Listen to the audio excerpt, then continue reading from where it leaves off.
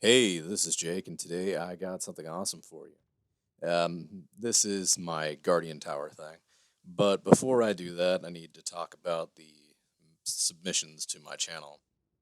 In general, my old submission system was a terrible idea.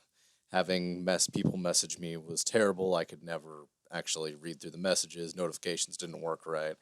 So I decided to make it a little bit easier on you and me. So if you want to submit things to my channel, you should go to either halocustoms.com or forgehub.com. I will link it in the description, and if I don't, yell at me in the comments.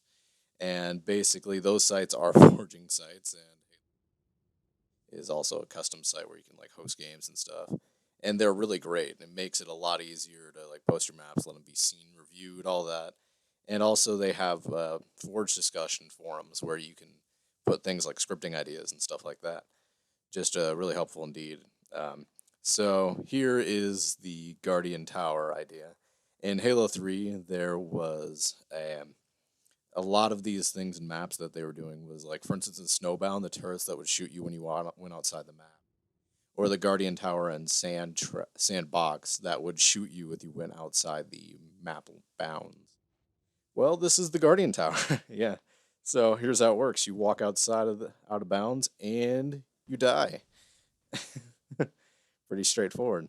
So the idea here is that I'm using trigger zones to kind of target the player.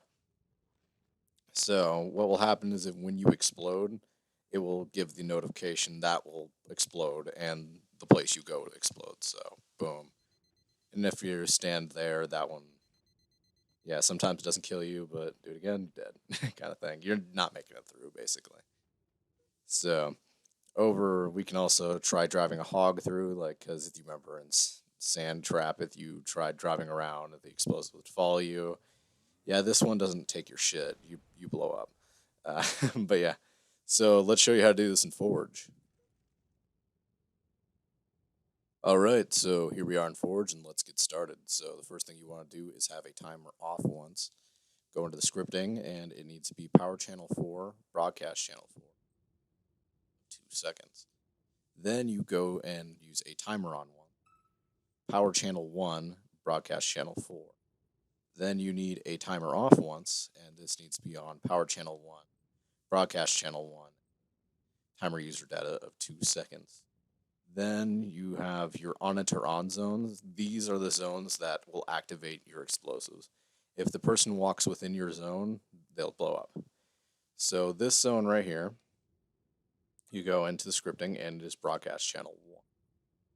So then over in this one, it will be broadcast channel 2. This one should be 3. And you'll notice there's going to be a little bit of a pattern going on here. So that's 3. I set up 3 zones of them. And one thing that's kind of weird with your explosive zones is you're going to. So go to your explosive volume here. You go into scripting, and its broadcast channel is the same as your on it. So in this case, it's 1. Those are all 1, and you have to double them up. So 2 right on the same spot, and then I have like 4 per area thing. So it gets quite a bit. So there's 4 there. Then over here, we go to this scripting, and this is a timer on once. You need power channel 2, broadcast channel 4. And then this timer off once needs to be power channel 2, broadcast channel 2, and timer user data of 2 seconds. These basically reset the thing. And then your explosive zones for this one will be 2, broadcast channel 2, corresponding with. Then over here, broadcast channel 2, corresponding.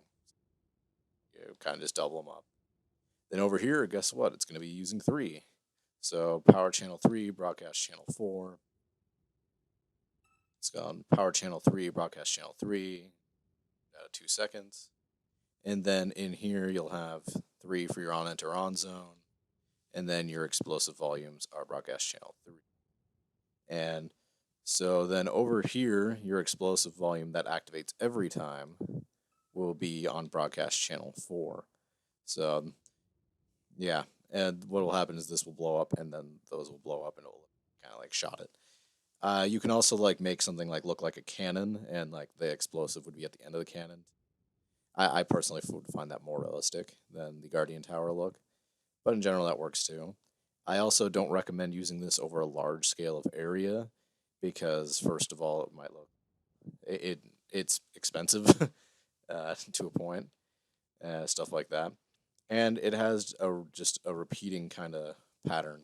So like Power Channel 3, Broadcast Channel 4 is that timer on once. And then this one, basically all their broadcast channels, like basically what's happening is when these zones get activated, they also activate the explosive up there to activate it. We're off over here. We'll turn it off again after it explodes.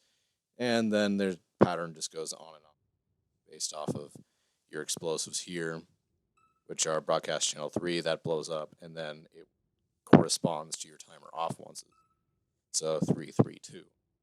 So then the next one would be 552 for its timer off once, and it's just using broadcast channel 5, and so on and so on.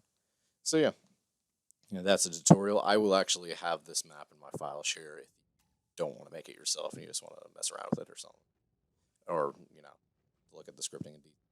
So that's what I got for you today. Please like and subscribe, and I will see you next time.